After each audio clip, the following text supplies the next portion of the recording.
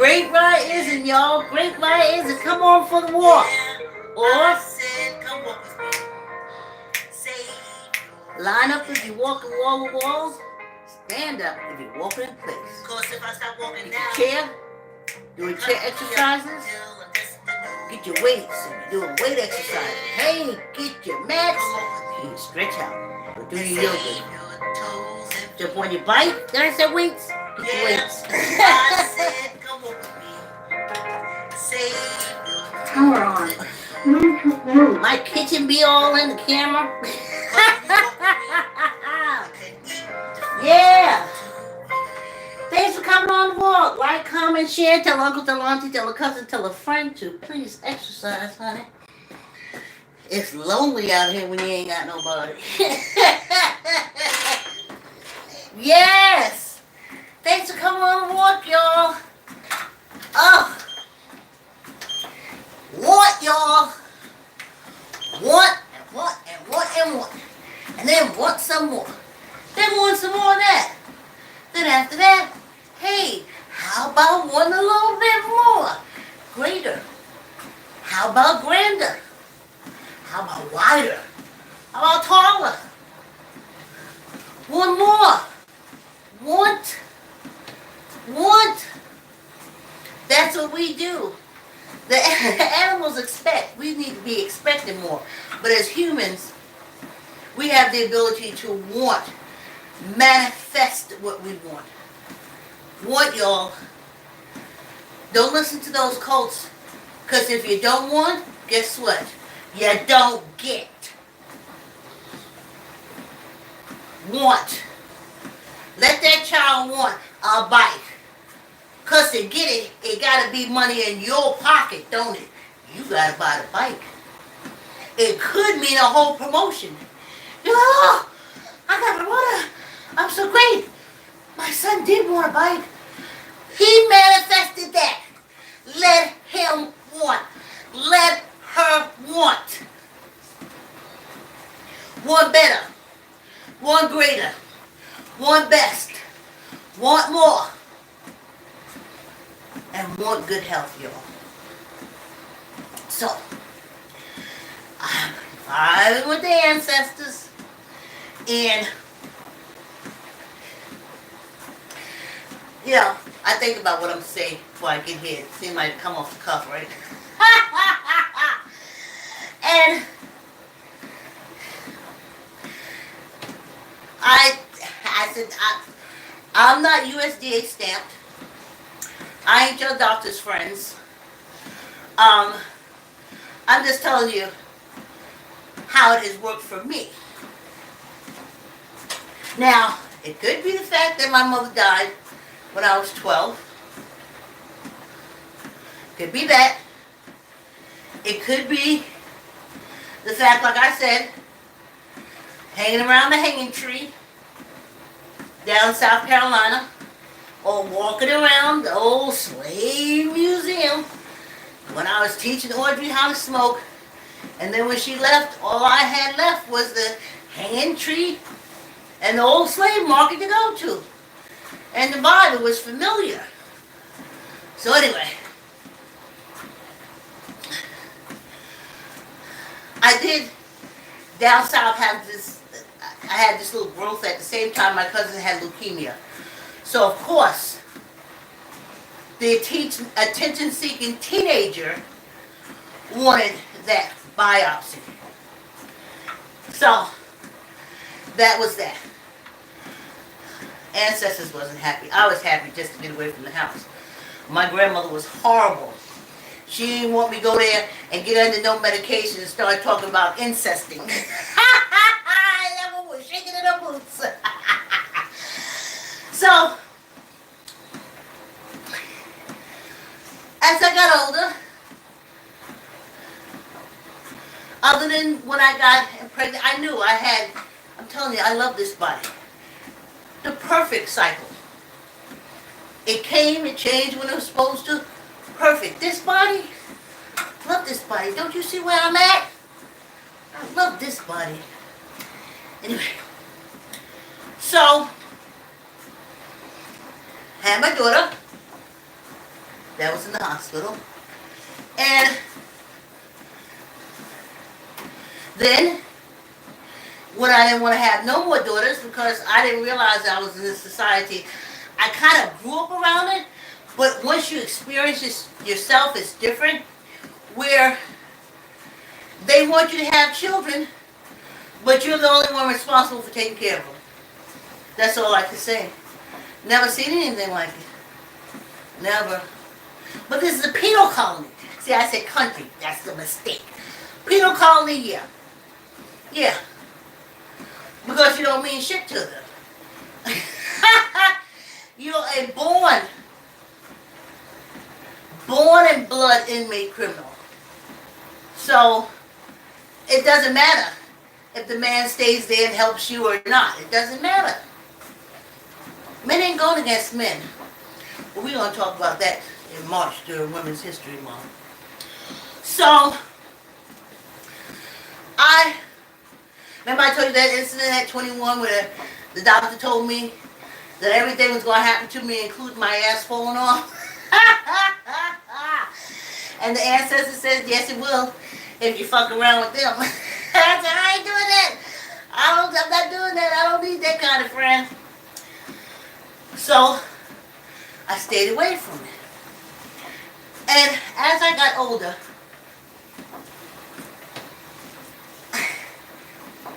I got happy when I got pain. Yeah.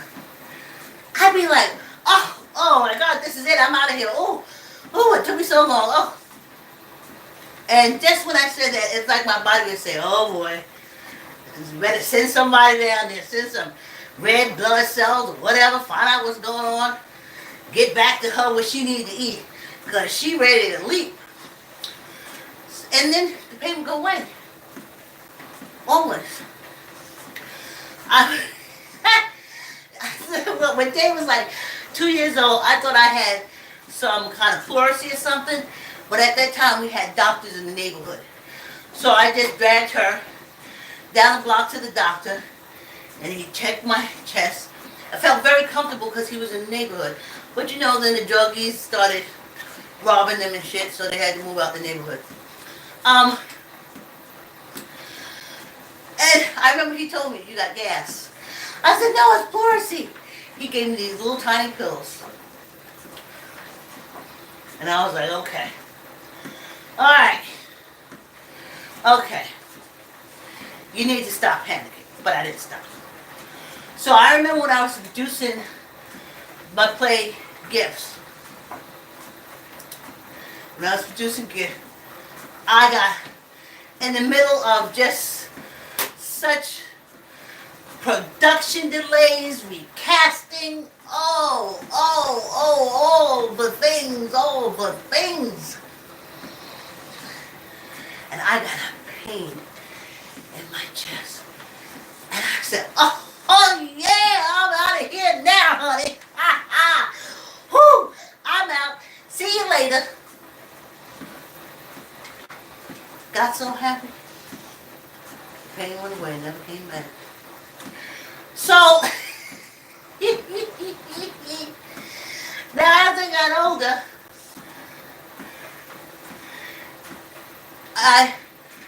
I'll give you an example. Acid reflux. This is in my 50s. Acid reflux. So I'm like, oh, that's it. We're out of here. Because if I have to take you to a doctor, you know they don't even know why you're living here. They the special people as gods that choose who they heal and don't heal and all this fantastical stuff. They gonna say you got the big C. They gonna cut your throat.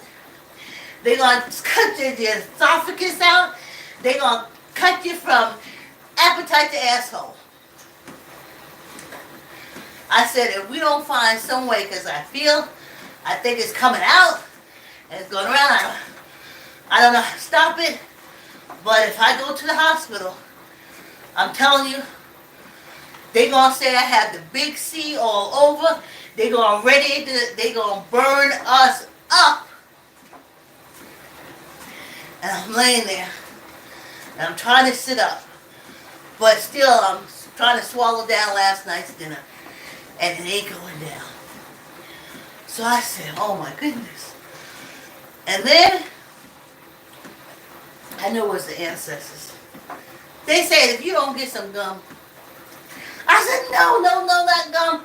I don't think gum, they never tell you to chew gum when you have the acid. This is something, they said, if you don't get that gum and chew it. They said, listen, you always ate fast. Since you had your job at the telephone company where you had a half-hour lunch and you were on the 5th floor. You used to have to stand there and wait for 2 elevators. Uh-oh. Y'all, I'm losing Facebook. Let's see. I'm finished up. That's it. So, I already told them, if they lose me over Facebook, they need to come over here to YouTube. So, I'm like, oh my goodness. They gonna finish me off. So, then they said, you know, you've been eating really fast. You don't know how to eat slow. You're older now. That's the problem. Like, oh no, it has to be something else. So then they said, you like popping gum? I said, oh, I do. I do kind of like popping gum. I do kind of like it. So, I got some gum. And after I ate, I chewed the gum for 15 minutes. No acid reflux. It's been about 6 years now, but I chew gum at least 15 minutes to half hour after I eat. No more acid reflux. I ain't telling you what to do. Facebook just kept kicking me out. They probably said, ooh, she tried to diagnose. I ain't trying to diagnose. I'm trying to tell y'all what I do. So, then, time goes on, and I work that out, and then my eye thing comes up, which I know now from relaxing and speaking with the ancestors, it's going to happen from now until I leave this earth, because it's just tiny capillaries. But when I was going through it, the ancestors said,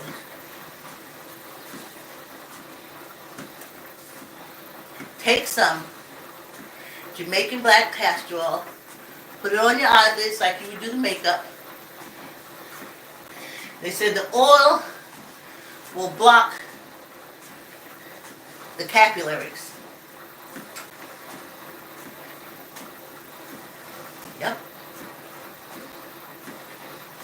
Spotty no more. I mean back and forth, because they will be busting back and forth. But as long as I put the Jamaican black castor oil in, it blocks up the capillaries. The only damage I see to my eye is when I let them use a laser on me. So you see, what I'm trying to tell you is I wanted good health. You think you get good health by going to these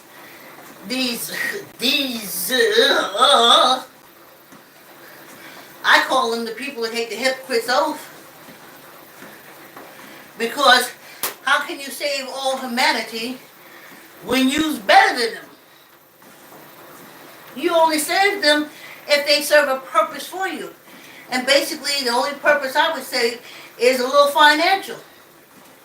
But they'll take it and chop my head off too. You gotta want. Thanks for coming on the walk. You gotta want good health. You gotta want. When that COVID came out, I was like, holy shit, we is in for it. They done killed off all my antibodies over these past 30 years. Every time I go to the dentist, overdosing me with antibiotics. Killing my antibodies. I was like, we in for it. We is in for it now, y'all. We's in for it. And then they said, no, we ain't in for it. You just go ahead, bump up your vitamin C. Bumped it up. They said keep with your B12 and your magnesium, your potassium, and exercise. You gotta keep walking. You gotta keep walking. And I want good health because I love this body. I don't like this society and penal colony, but this is the best package ever, honey. And that's why you see me walking on this treadmill. I want to give it a chance all the time. I want it to go on for as long as this body wants to go on. And I'll be walking. Because I started walking when I was old enough to walk. And I'll be walking until I can't walk no more. And you know where that's going to be. Yeah, y'all. We are at our halfway point. I don't know. I've never gone back into Facebook to see if I can get back in. So, I'm just going to leave that as it is. When you don't know, you don't know. Ooh, y'all. Trying to say the sugar cane. If I stop walking, y'all. It's kind of good because if Facebook didn't kick me off, they was going to. YouTube probably kick me off now too. Here come the ancestors, y'all. You know how they feel about that. They said, oh, she's trying to make these watered down Africans feel bad. No, I'm not. Because if I stop walking now, I'm telling the truth. They cut me up until I'm just the nose.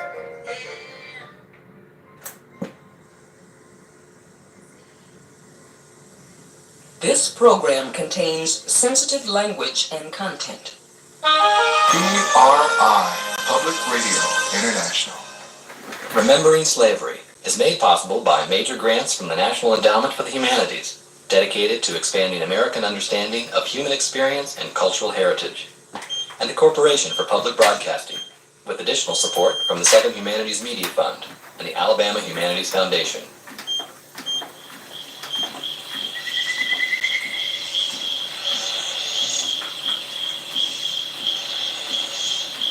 We were slaves. We belonged to people. See, the white folks would have church in the morning, then they'd let the colored people have church at their church in the evening. During slavery. In slave time. I can remember when the Yankees come through. Well, now, they tell me to the year for folk know they were free. See, the old master couldn't listen to me. He quit praying until they asked the Lord, have mercy on the old master. Lord, have mercy on the master. The master always with a bullet. If I thought that I'd ever be a slave again, I'd take a gun and just end it all right away. I'm with Because you, you're nothing brother. but a dog. Ooh, child. Another thing but a dog. On this penal colony. Oh, somebody said hi to me. I didn't get a chance to say hi, everyone. Hi, Ellie. Oh, no. Oh. They'll strike me down on YouTube for this one. No music.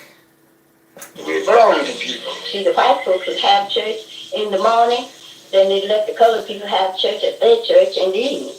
During slavery. In slave time. See, y'all? It's been so long since I worked a cassette. Fast forward, rewind. Uh-oh. That's the music. The music will get me. I had it cued.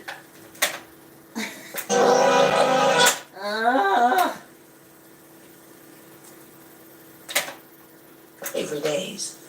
She said, them days was hell. I was growed up when the war come and I was a mother before it closed. Babies was snatched from their mother's breasts and sold to speculators. Oh, children were separated from sisters and brothers and never saw each other again. Of course, they cried. You think they don't cry when they were sold like cattle?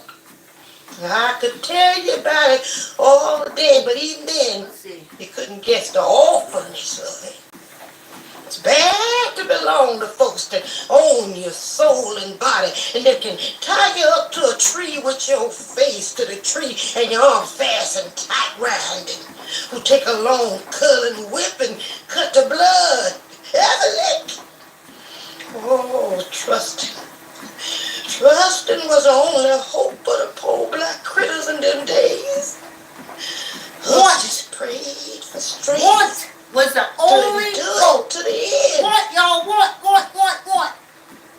Delia Garlick was interviewed by an employee of the Federal Writers Project. Beginning in the late 1930s, interviewers collected the memories of thousands of former slaves.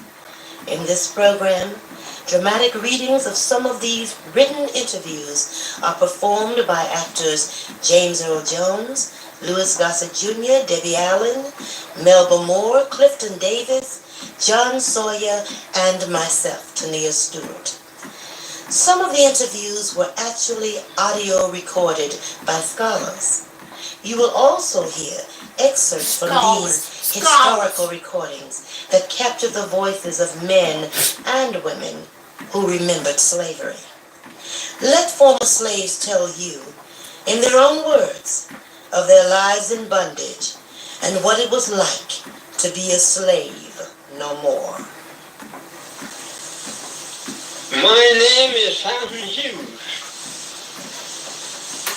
I was born in Charlottesville, Virginia. My grandfather belonged to Thomas Jefferson. My grandfather was 115 years old when he died. And now I am 115 years old in slavery, and y'all can't make it out of 30 Just go ahead and with talk your away there. You don't breasts mind, and your do you? boobs. Who did you work for, Uncle Feldman? Who did I work for? Yeah, You mean when I was a slave? yeah, when you were a slave, who did you work for? Well, I belonged to Burnley's when I was a slave. My mother belonged to Burnley's. Burnley died during the wartime because he was Civil afraid War. to go to war. But now, in them days, you could hire a substitute to take your place. Well, he couldn't get a substitute to take his place, so he ran away from home. And he took hold. And when he come back, war was over, but he died. And then if he had lived, couldn't have been no good. The Yankees just come along and just broke the mill open, rolled all the flour out in the river, and broke the store, and sold all the meat out in the street, sold all the sugar out. And we boys would pick it up and give it to old missus and master, young masters, until we come to be. The Yankees didn't pick it up and give it to the enslaved people. They rather throw it on the ground, which means they wasn't for us. I'm living. 101-year-old Fountain Hughes had lived through some of the 101 most years old. trying times And in y'all got American the history. big C all over So the place. did Y'all Mary can't make it Barbara. out of your 40s. She was 81 years old Oh, when I she was forgot. interviewed in Raleigh, North Doctors is y'all Carolina. friends. Actress, director, choreographer, and producer Miss Debbie Allen interprets the written responses of Mary Barbara. One of the first things that I remember was my pappy waking me up in the middle of the night, dressing me in the dark, all the time telling me to keep quiet, quiet. When the twins hollered some and Pat put his hand over his mouth to keep it quiet, and but after we was dressed, he went outside and peeked around for a minute, then he came back and got us. And we even sneaked out the house and along the wood path. Pappy took one of the twins and holding me by the hand and Mammy carrying the other two. I reckon I will always remember that walk with the bushes slapping my legs and the wind seemed to be just sighing in the trees and the hoot owls and the whippoorwills hollering at each other from the big trees. I was half asleep, but I sure was scared. Ooh, was scared. But in a little while we passed a plum thicket and there was the mule in the wagon. There was the quilt at the bottom of the wagon, and on this they lays us youngins. Pappy and Mary gets on the board across the front and drives off down that road. Oh, I sure was sleepy. I sure was scared too. And we rise along. I listens to Pappy and Mammy talk, and Pappy's telling Mammy about the Yankees coming to their plantation, burning the corn cribs and smokehouse and just tearing up, destroying everything. He says right low that they done took Master Jordan down to Norfolk, and that he stole the mules and the wagon and the skate. Ooh, he was scared of them Yankees to start with. But the more he thinks about running away from our masters, the scared we get of them Rebs. Anyhow, Pappy said that we is going to join the Yankees.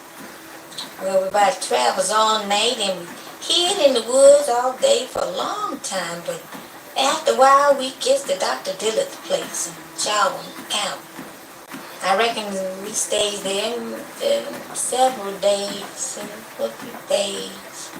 The Yankees has took this place, so we stops over and has a heap of fun dancing and such while we was there. Oh, it was nice. And the Yankees tell Pappy to head for New Bern, and he would be took care of there. So to New Bern we goes, yeah, he goes to New Bern. In July 1864. Yeah, y'all. Y'all hear how old they was?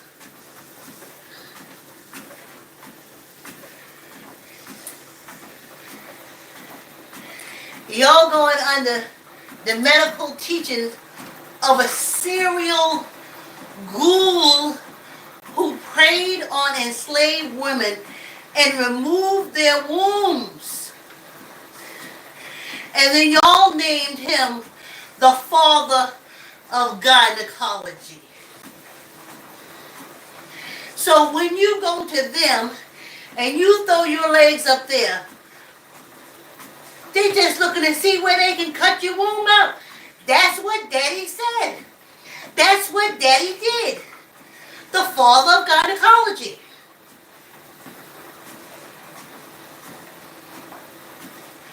Why you couldn't put that together? They ain't looking to heal your womb. He went to the enslaved people and cut out their wombs, told them he was doing some kind of medical research. He cut out their wombs. They named him the father of gynecology. And y'all gynecologists, y'all ain't got no wombs. How y'all expect to come out from being with y'all friend the gynecologist and come out with your damn womb? The father of it was a serial killer that cut out women's wombs at the enslaved, our ancestors. The ones that they ain't gonna talk about and put on the screens. He cut their wombs out. Then y'all take y'all black happy asses up there, throw up on the gurney, and he cutting y'all wombs out. They're not into healing your womb. The father of gynecology cuts wombs out of the enslaved people. How you think you gonna take your black ass there and come out with your womb? All the hypotheses and shit that came for the gynecologist came from a serial killer. But y'all keep taking y'all happy asses up there. But if you want life, you will know how to heal yourself as a woman. Especially now that you're at TikTok. YouTube okay, but TikTok no. TikTok know what we know. I'm saying we who have kept our wombs and kept our asses out of a gurney in stirrups by people who are taught by a serial murderer that went around cutting the wombs out of enslaved people. Then you take your happy ass there and think you're going to come out with your womb. Nah. It's never going to happen. The minute you sign on the dotted line, you can kiss your womb goodbye. But if you want your body and you want your womb, and you love your ancestors, they will tell you how to heal yourself or be comfortable in knowing that the separation of matter energy is coming upon you. Let's get the weights. I remember when I was small. No, I think I was a young adult.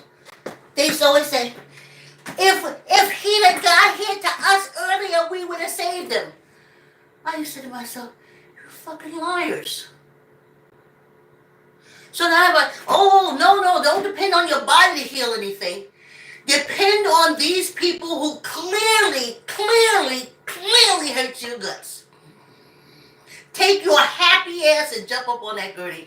For people who clearly every day, every second, every moment show you they can't stand your ass. Me and my womb and my breastises, we gonna stay right here. We don't need them kind of friends. Squeeze your gut. Tuck in your elbow. Neither up nor down. 1, 2, 3, 4, and 1 for good luck. Because clearly, if you want good health, the first place to look for it is within you. You go complain to people who hate your guts and they say, well, she hate herself. Let me see. Let me start at the little toe and end at the eyeballs. By the time they finish chopping your ass up, you're lucky if dogs want to gnaw on you. Squeeze your gut. Tuck in your elbow. Neither up nor down. 1, 2, 3, 4, and 1 for good luck. Yeah, y'all, yeah. Thanks for coming on the walk. Like, comment, share. Tell an uncle, tell an auntie, tell a cousin, tell a friend to subscribe. Y'all have a good evening, and I'll see you tomorrow.